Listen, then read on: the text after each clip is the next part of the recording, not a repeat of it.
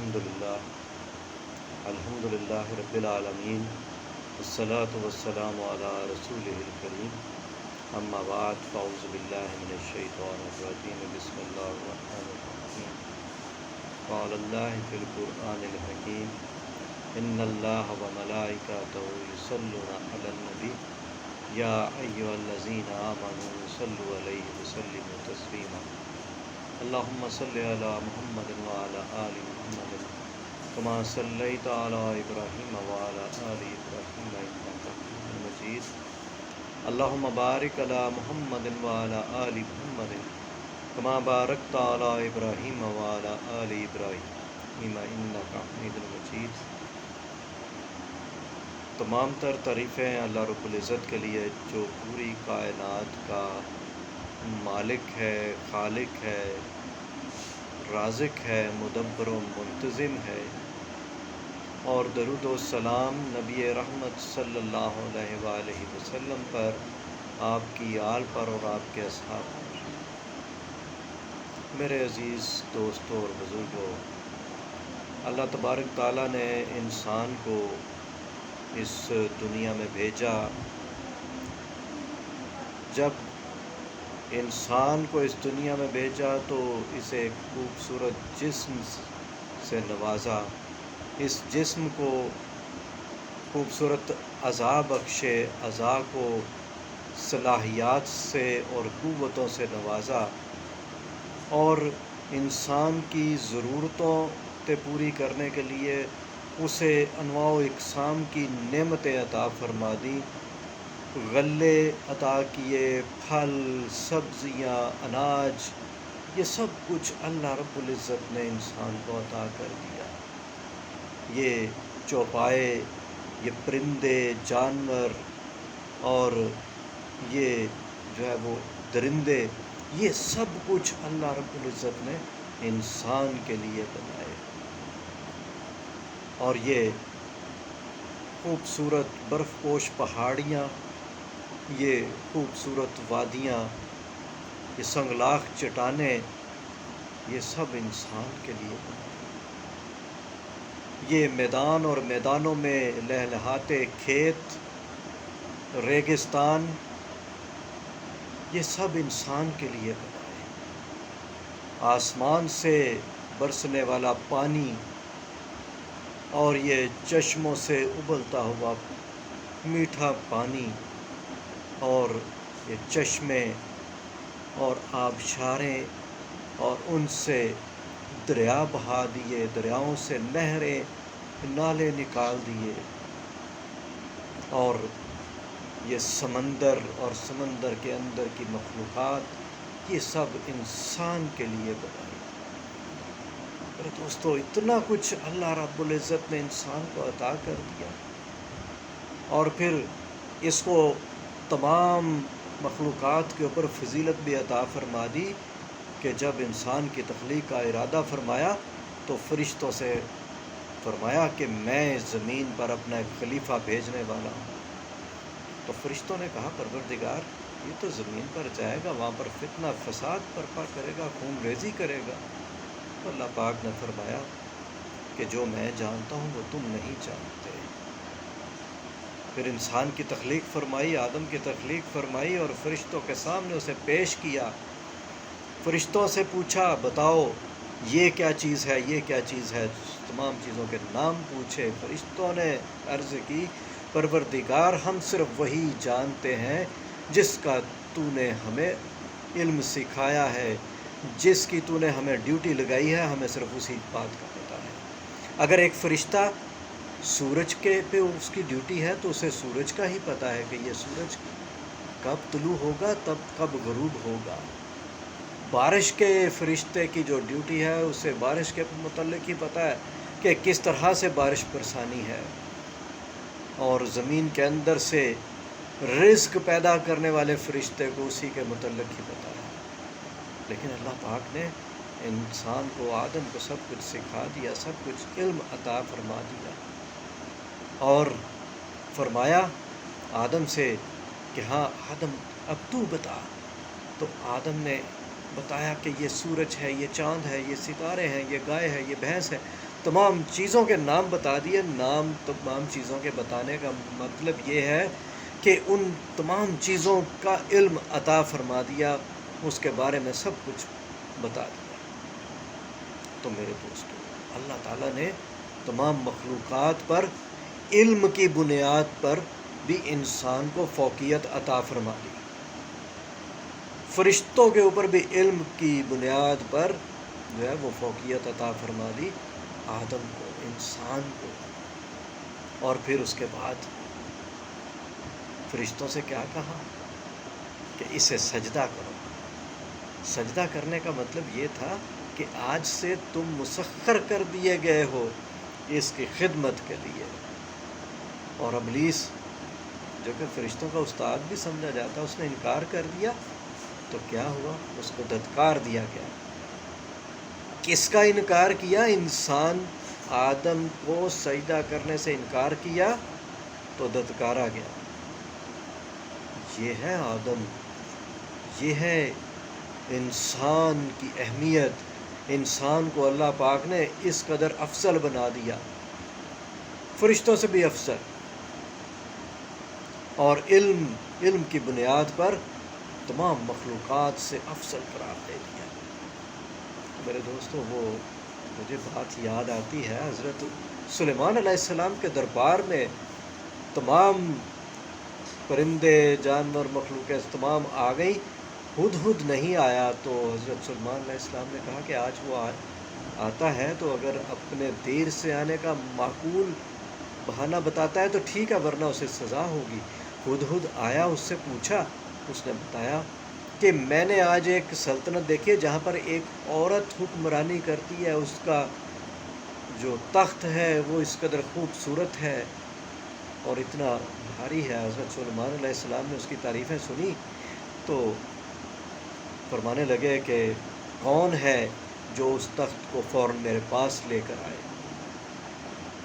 ایک جن تھا، وہ کہنے لگا حضور میں لے کر آؤں۔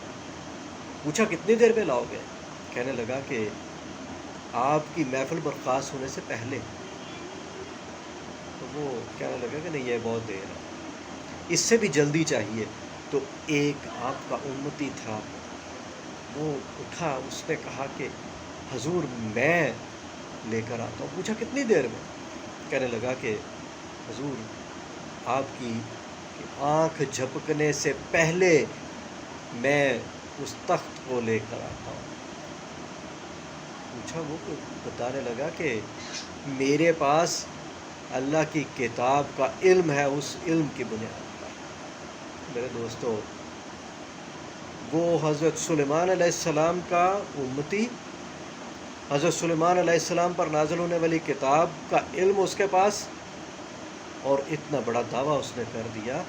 تو میرے دوستو، آج ہم اپنے آپ کو دیکھیں، امام الانبیاء کی امت ہیں ہم، حضرت محمد مصطفیٰ صلی اللہ علیہ وآلہ وسلم کے امتی ہیں ہم، اور سب سے عظیم کتاب کے حامل ہیں، تمام کتابوں سے افضل کتاب قرآن مجید۔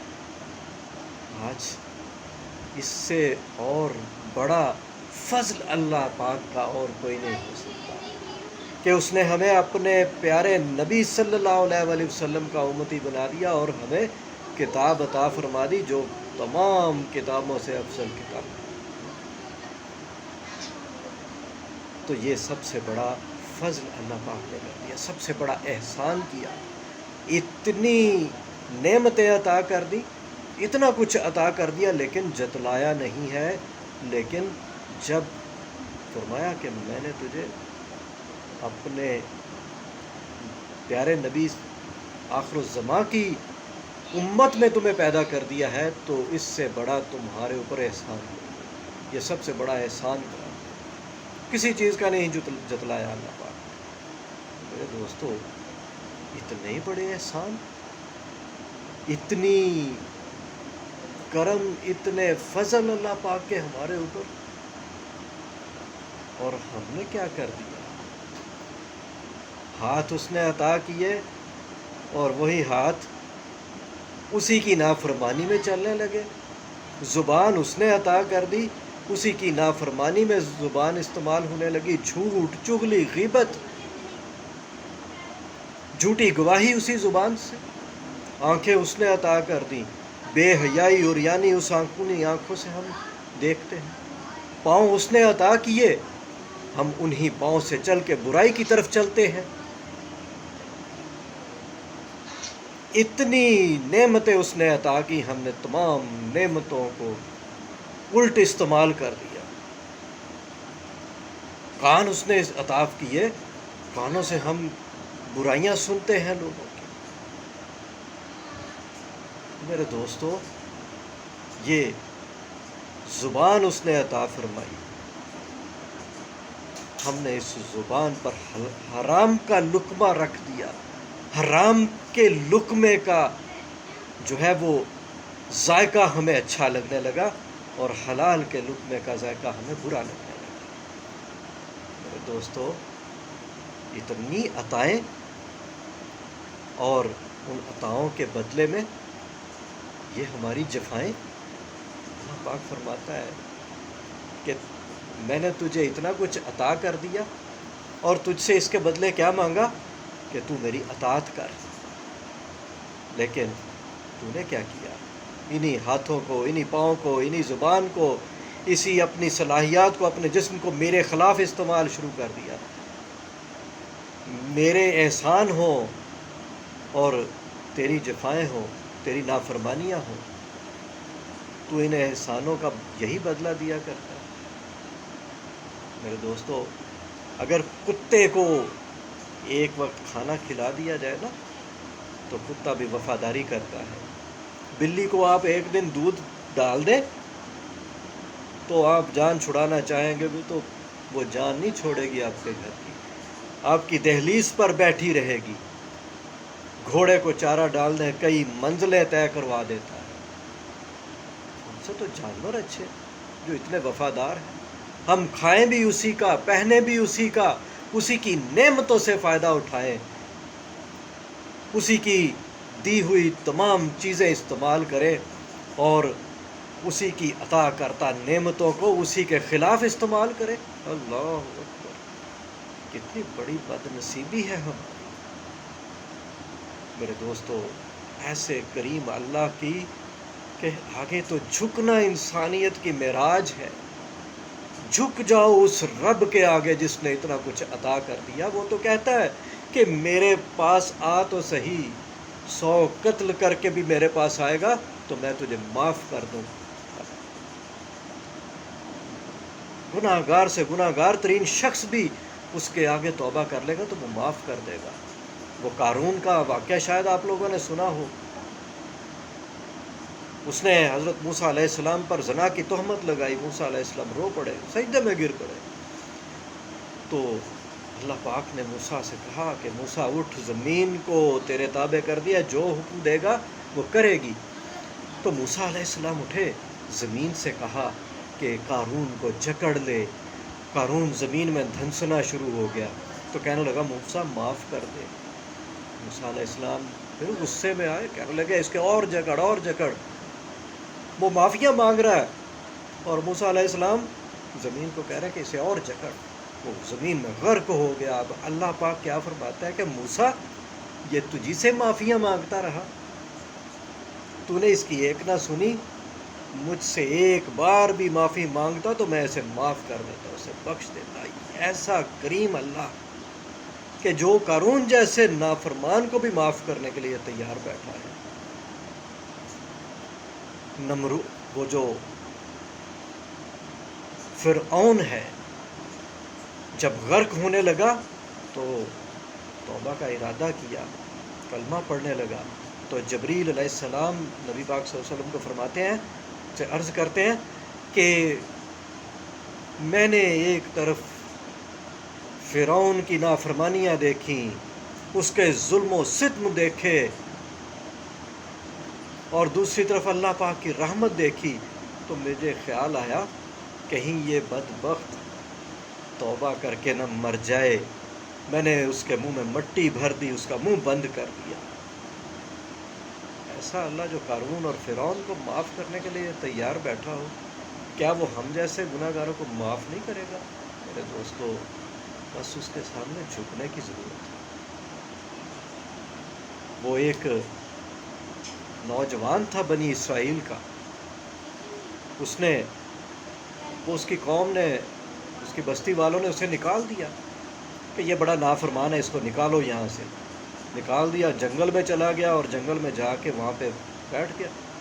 کچھ دن گزرے، اس کے بعد بیمار ہوا، ایسا جھٹکا لگا کہ جو ہے وہ جان پہ من آئی، بیمار ہو گیا، نہ کچھ کھانے کو ہے، نہ پینے کو ہے، نہ کوئی دوست ساتھی ہے، نہ کوئی رشتہ دار، بہن بھائی، ماں باپ، کوئی نہیں ہے پاس، نہ کوئی دعا دینے والا۔ تو کہنے لگا، پروردگار، ساری عمر تیری نافرمانی میں گزار دی، برائیوں میں گزار دی، شراب، زنا، جوا، سب کچھ کیا۔ پروردگار، آج وہ سارے ساتھی ساتھ چھوڑ گئے، تمام رشتے ختم ہو گئے، لیکن پروردگار تو میرا ساتھ نہ چھوڑنا۔ اے میرے پروردگار، میں تجھ سے توبہ کرتا ہوں، تجھ سے معافی مانگتا ہوں اپنے گناہوں کی، مجھے معاف کر دے۔ اس بے بسی کے عالم میں اس نے معافی رب سے مانگی، توبہ کی، اور جان نکل گئی۔ موسیٰ علیہ السلام کو وحی ہوئی کہ موسیٰ، فلاں جگہ پہ، فلاں جنگل میں میرا ایک بندہ، میرا ایک ولی فوت ہو گیا ہے، تو اس کی تدفین کا انتظام کرو اور بستی میں اعلان کروا دو کہ جو شخص اس کا جنازہ پڑے گا، اللہ پاک اس کی بخشش فرما دے گا۔ لوگ چوک در چوک دوڑے، ولی فوت ہوا ہے تو چلیں اس کا جنازہ پڑھے، ہماری بھی بخشش ہو۔ جب وہاں پر گئے تو دیکھا کہ وہی نافرمان کہنے لگے، موسیٰ یہ تیرے رب نے کیا کیا؟ اپنے رب سے پوچھ۔ موسیٰ علیہ السلام نے رب سے پوچھا، رب تو سب کچھ دلوں کے حال تک بھی جانتا ہے۔ موسیٰ علیہ السلام نے پوچھا، اللہ پاک نے فرمایا کہ موسیٰ یہ بھی سچ کہتے ہیں، لیکن جس بے کسی کے عالم میں اس نے مجھ سے توبہ مانگی تھی، مجھ سے امید باندھی تھی، یہ تو بڑا کم ظرف نکلا، اس نے صرف اپنے لیے بخشش مانگی، یہ ایسی حالت میں یہ پوری انسانیت کی بخشش مانگتا تو میں اسے بھی بخش دیتا۔ یہ ہے میرے دوستو اللہ رب العزت کی بخشش، اس کی رحمت۔ اس کے سامنے جھک کر تو دیکھیں، اس کے آگے توبہ کر کے تو دیکھیں۔ میرے دوستو، اللہ رب العزت کی ذات اس قدر معاف کرنے والی ہے، اس کے سامنے توبہ کرو، اس کے سامنے جھک جاؤ۔ وہ ایک شخص تھا، اس نے 99 قتل کیے تھے، 100 میں سے ایک کم۔ کسی سے اس نے پوچھا، دل میں خیال آیا توبہ کا، سوچنے لگا میں نے تو 99 قتل کر دیے، اب میری معافی کیسے ہوگی؟ کسی کے پاس گیا، اسے پوچھا کہ میں نے 99 قتل کیے ہیں تو میری توبہ کیسے ہوگی؟ تو وہ کہنے لگا، تمہاری توبہ؟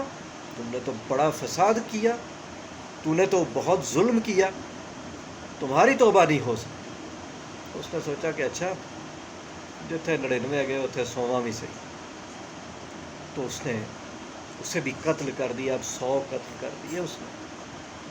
اور اس کے بعد وہ پھر خیال آیا کہ نہیں، کسی طرح سے جو وہ معافی ہونی چاہیے۔ وہ گیا کسی اور کے پاس، اس سے پوچھا، انہوں نے بتایا کہ تیری تو توبہ قبول ہو جائے گی، لیکن شرط یہ ہے کہ یہ بستی جس میں تو رہتا ہے، اس بستی کو چھوڑ کے تو فلاں بستی میں چلا جا، کیونکہ تیری اس بستی کے لوگ ظالم ہیں اور وہ تجھے مجبور کرتے ہیں قتل کرنے پہ، تو یہاں سے چلا جا۔ اس نے ارادہ کیا، ٹھیک ہے، وہاں سے نکل پڑا۔ ابھی کچھ ہی دور پہنچا تھا کہ فرشتہ اجل آ گیا، جان نکل گئی۔ اب اس کی روح کو جو ہے وہ سزا والے فرشتے بھی لینے آ گئے، جزا والے بھی لینے آ گئے، دونوں آپس میں جو ہے وہ جھگڑ رہے ہیں۔ جو رحمت والے فرشتے ہیں وہ کہہ رہے ہیں یہ ہمارا ہے، جو سزا والے ہیں وہ کہہ رہے ہیں یہ ہمارا ہے۔ تو اللہ پاک نے فرمایا کہ اچھا اس کا فیصلہ میں کروں۔ تم دیکھو کہ یہ جس بستی سے جا رہا تھا، جس بستی کی طرف، اگر اس کا فاصلہ کم ہے تو اس کا مطلب یہ ہوا کہ اس کی توبہ قبول نہیں ہوئی، اور اگر جس بستی کی طرف جا رہا تھا وہاں کا فاصلہ کم ہے تو اس کو رحمت والے فرشتے لے جائیں۔ اب کیا ہوا؟ اللہ پاک نے تو یہ فیصلہ کر دیا، اب وہ فاصلہ اس نے کم طے کیا تھا، تو اللہ پاک نے اس زمین کو پھیلا دیا اور دوسری طرف والی زمین کو سمیٹ دیا۔